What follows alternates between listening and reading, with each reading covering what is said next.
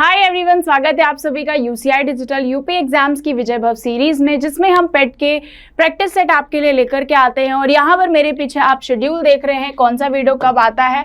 तो 7 AM से हमारी क्लासेस शुरू होती हैं, रात में 9 PM तक चलती हैं। तो कौन सी सब्जेक्ट या कौन से टॉपिक की कितनी प्रायोरिटी है, उसके हिसाब से आप देख सकते हैं, प्रेफर कर सकते हैं इन वीडियोज़ को। 20 मार्क्स का DI आता है, 10 मार्क्स का GA आता है। और अगर हम हिस्ट्री की बात करते हैं तो हिस्ट्री आपका 10 मार्क्स का आता है। बाकी आपके 5 मार्क्स के सारे सब्जेक्ट आते हैं, तो आप देख लीजिए उसको और उस हिसाब से आप पढ़ सकते हैं। यहाँ पर हम बात करेंगे अपने कुछ सोशल मीडिया प्लेटफॉर्म्स की, जैसे टेलीग्राम हो गया, इंस्टाग्राम हो गया और फेसबुक हो गया। आप हमें यहाँ पर ज्वाइन कर सकते हैं, फॉलो कर सकते हैं हमारी डे टू डे अपडेट्स के लिए।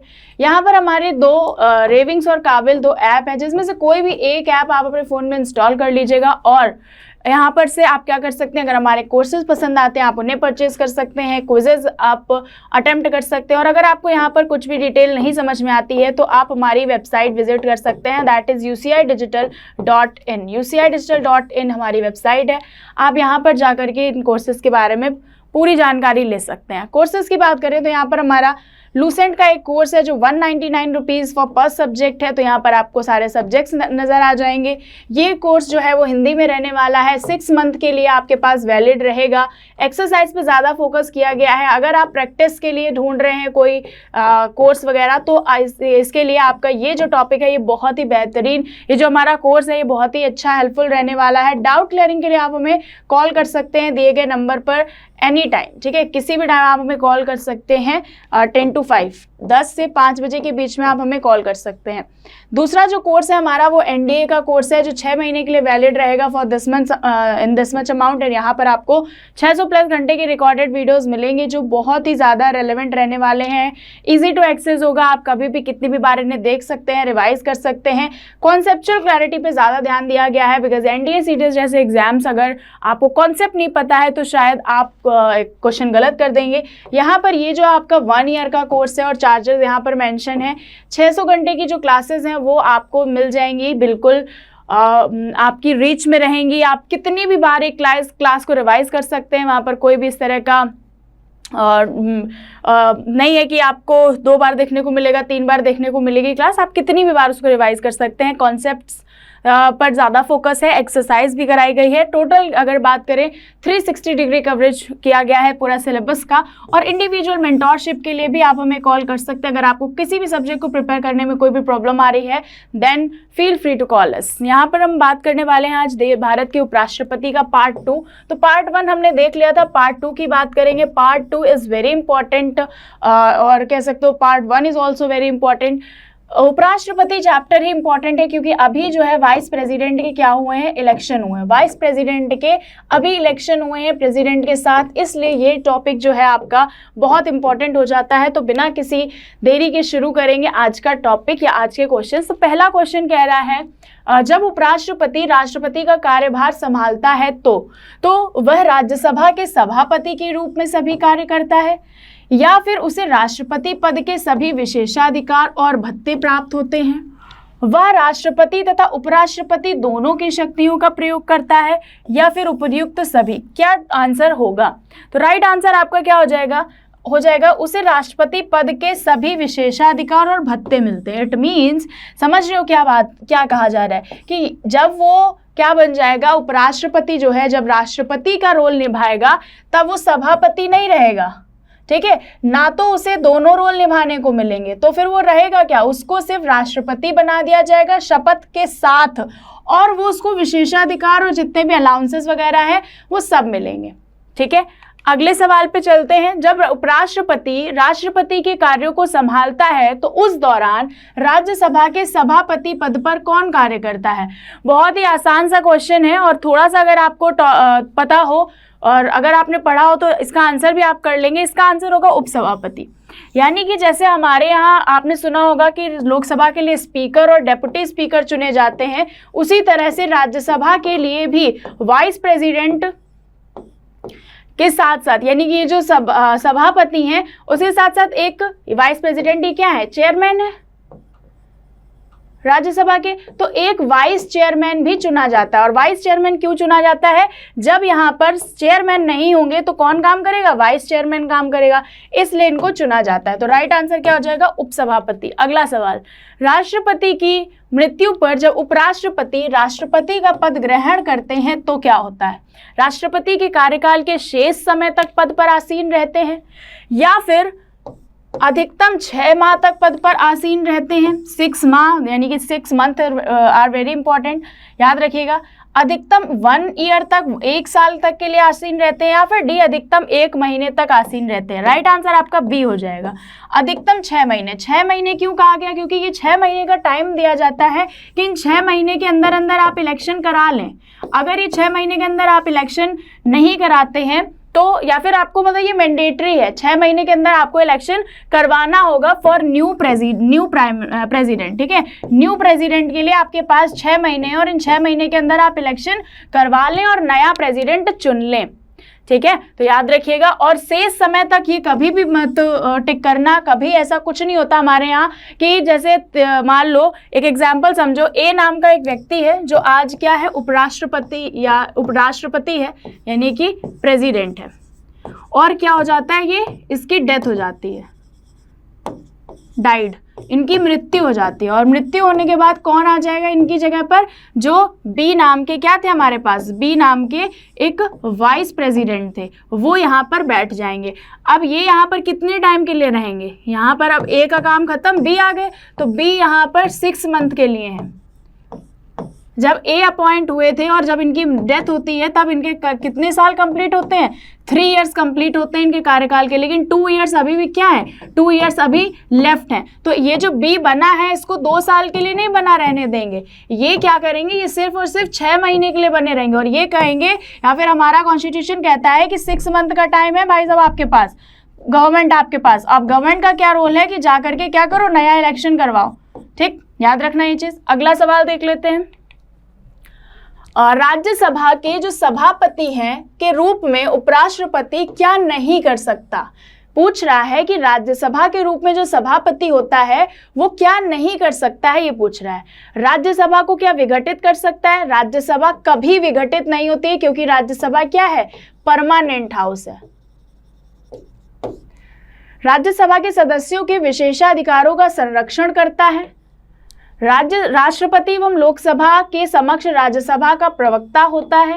राज्यसभा के बैठकों की अध्यक्षता करता है और उसके कार्यों का संचालन करता है। सारे ऑप्शन सही हैं, सिर्फ और सिर्फ एक गलत है। और अगर आपको बाकी के नहीं भी पता थे कि सभापति क्या करता है क्या नहीं करता, आपको ये जरूर पता होना चाहिए कि राज्यसभा जो है वो एक परमानेंट हाउस है।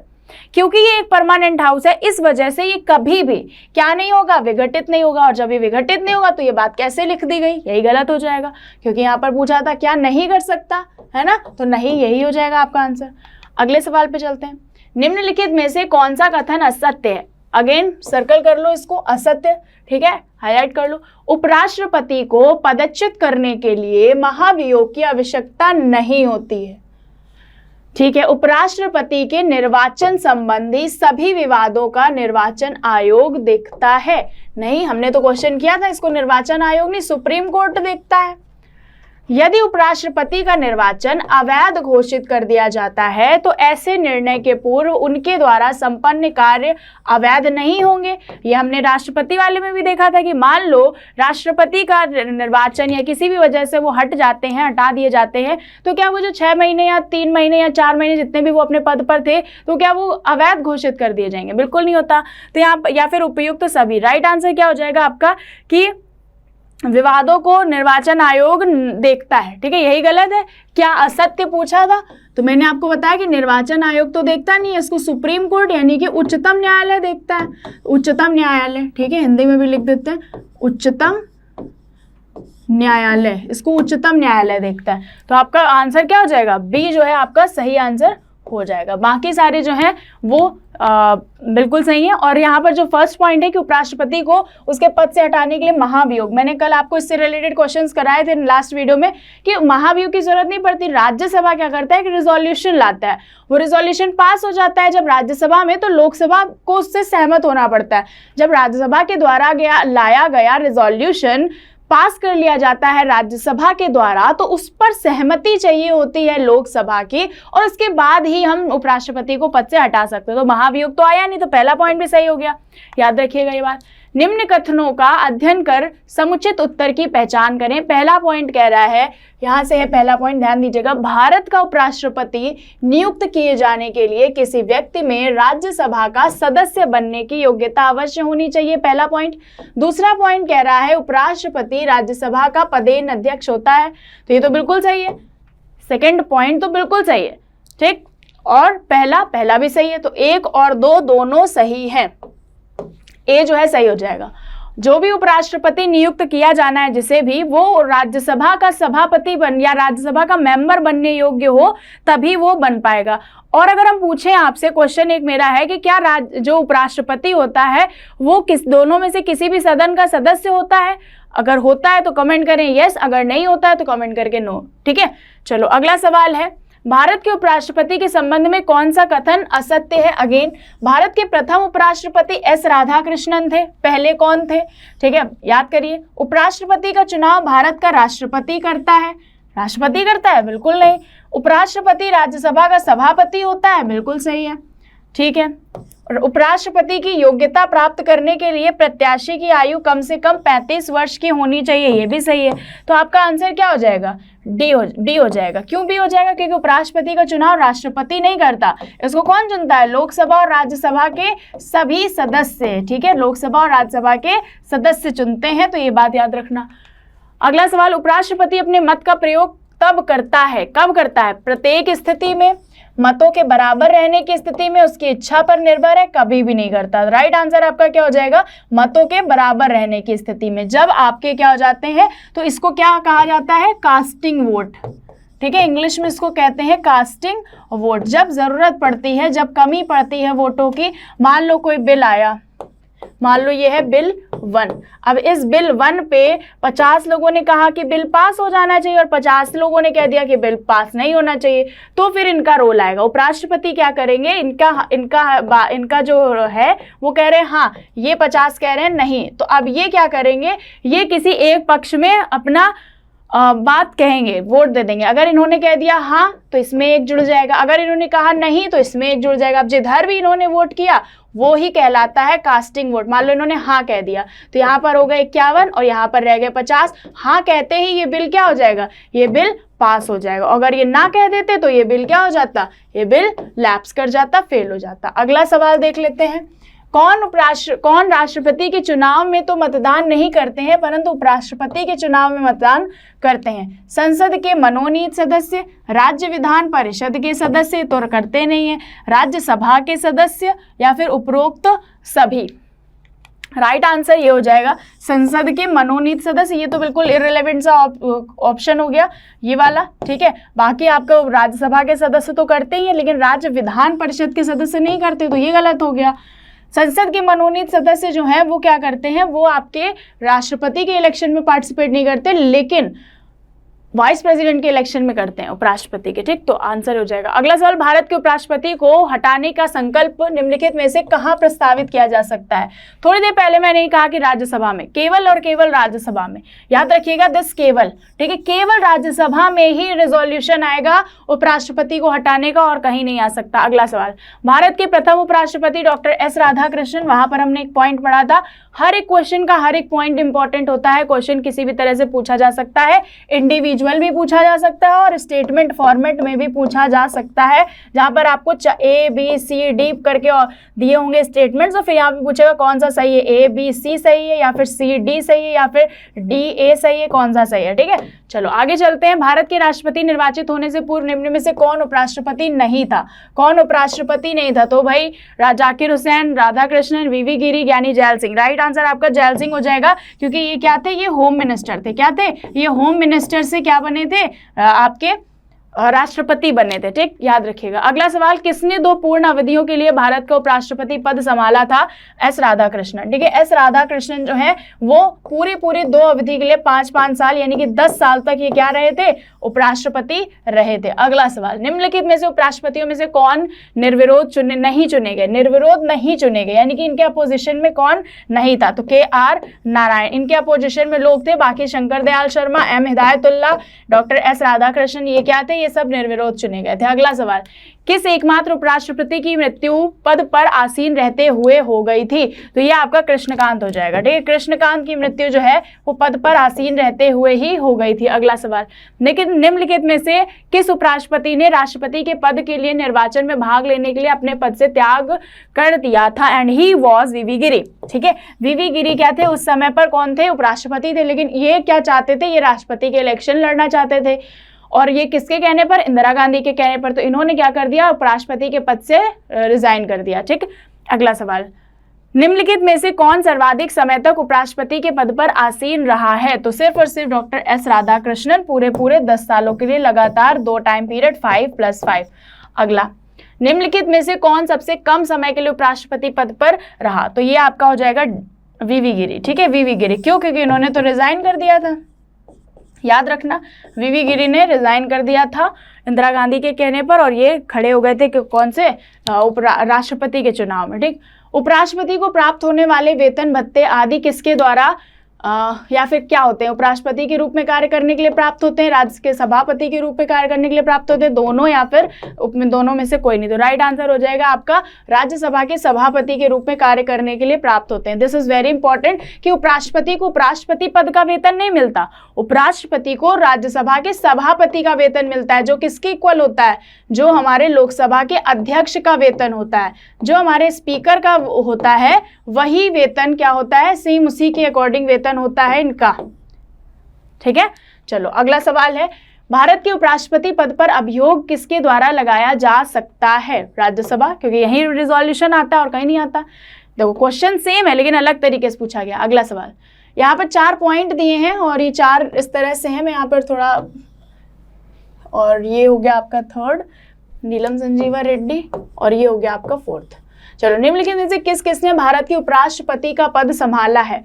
मोहम्मद हिदायतुल्लाह अभी हमने देखा, हाँ संभाला है। फखरुद्दीन अली अहमद और नीलम संजीवा रेड्डी या फिर शंकर दयाल शर्मा। तो राइट आंसर आपका 1st एंड 4th हो जाएगा। केवल पहले और चौथे व्यक्ति जो है शंकर दयाल शर्मा रहे हैं उपराष्ट्रपति, और आपके M हिदायतुल्लाह रहे हैं। बाकी आपके जो फखरुद्दीन अली अहमद और नीलम संजीवा रेड्डी, ये दोनों के दोनों राष्ट्रपति थे, ये उपराष्ट्रपति कभी नहीं बने। अगला सवाल, निम्नलिखित में से कौन सा एक व्यय भारत की संचित निधि पर भरित नहीं है? भारत के राष्ट्रपति का वेतन एवं भत्ता, भारत के उपराष्ट्रपति का वेतन और भत्ता, भारत के उच्चतम न्यायालय के न्यायाधीशों के वेतन और भत्ते, लोकसभा के अध्यक्ष के वेतन और भत्ते। तो भारत के उपराष्ट्रपति का वेतन और भत्ता जो है ये कंसोलिडेटेड फंड पर नहीं होता है। ठीक है, कंसोलिडेटेड फंड ऑफ इंडिया पर निर्भर या भरित नहीं होता। अगला सवाल, भारत के उपराष्ट्रपति का चुनाव किया जाता है संसद के सदस्यों द्वारा, राज्यसभा के सदस्यों द्वारा, संसद के निर्वाचित सदस्यों द्वारा, या संसद और राज्यसभा के विधान। तो बहुत इजी है, तो मतलब कितने बार? संसद के सदस्यों द्वारा, सिंपल सा हो जाएगा। ठीक है, राज्यसभा और लोकसभा के द्वारा ही इनको चुना जाता है। अगला सवाल, भारत के उपराष्ट्रपति किसका पदेन सभापति होता है? हम सबको पता है, राज्यसभा का होता है। अगला सवाल, भारत के उपराष्ट्रपति के पद पर लगातार 2 बार कौन रहा? This question is also repeated, S Radhakrishnan. Next question, उपराष्ट्रपति का निर्वाचन किसके द्वारा होता है? संसद के द्वारा। ठीक है, संसद कहीं कहीं लिखा होगा, कहीं कहीं आपको लोकसभा राज्यसभा मिल जाएगा, तो दोनों ही बातें सेम है, संसद में लोकसभा राज्यसभा आते हैं।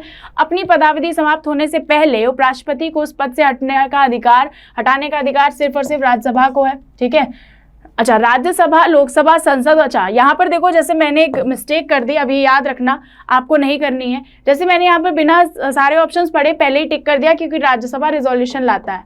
अब यहाँ पर गलती ये थी कि राज्यसभा तो लाता है, ठीक है, ये बात बिल्कुल सही है, लेकिन राज्यसभा के रिजोल्यूशन लाने के बाद उस रिजोल्यूशन को पास जब हो जाता है यहाँ से, उसके बाद भी तो सहमति लेनी पड़ती है लोकसभा की।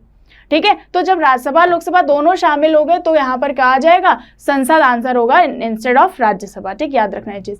भारत के वे कौन ऐसे एकमात्र दूसरे उपराष्ट्रपति हैं जिन्होंने S राधाकृष्णन के बाद दूसरी अनुक्रमिक अवधि में पद प्राप्त किया है? तो यानी कि सेम डॉक्टर S राधाकृष्णन के बाद कौन बने थे? M.H. अंसारी। ठीक है, कौन बने थे? M.H. अंसारी, याद रखिएगा। M.H. Ansari was the second आपके, ठीक है। नेक्स्ट है, भारत के उपराष्ट्रपति बनने के पहले डॉक्टर राधाकृष्णन द्वारा क्या था पद? तो ये आपके यूएसए में राजदूत थे, यूजीसी का अध्यक्ष थे, या फिर आपका योजना आयोग के अध्यक्ष थे, या फिर सोवियत संघ में राजदूत थे। तो ये आपका सही हो जाएगा, सोवियत संघ में ये राजदूत थे, यानी कि आपका सोवियत संघ क्या था? रशिया, ठीक। अगला सवाल, उपराष्ट्रपति पद के उम्मीदवार के नामांकन की निर्वाचक मंडल के कम से कम कितने सदस्यों का अनुमोदन प्राप्त होना चाहिए? जो नामांकन है उनको 20 सदस्यों का अनुमोदन प्राप्त होना चाहिए कि हाँ ठीक है आप राष्ट्रपति का चुनाव लड़ें। तो ये सारे जो क्वेश्चंस थे ये अगेन इंपॉर्टेंट थे वाइस प्रेसिडेंट के इलेक्शन के लिए, और क्योंकि इलेक्शन हुआ है तो इसलिए टॉपिक भी इंपॉर्टेंट है। ये 2 पार्ट में आपका कवर हो जाता है, और इसी के साथ मिलेंगे अपने नेक्स्ट पार्ट में। Thank you so much.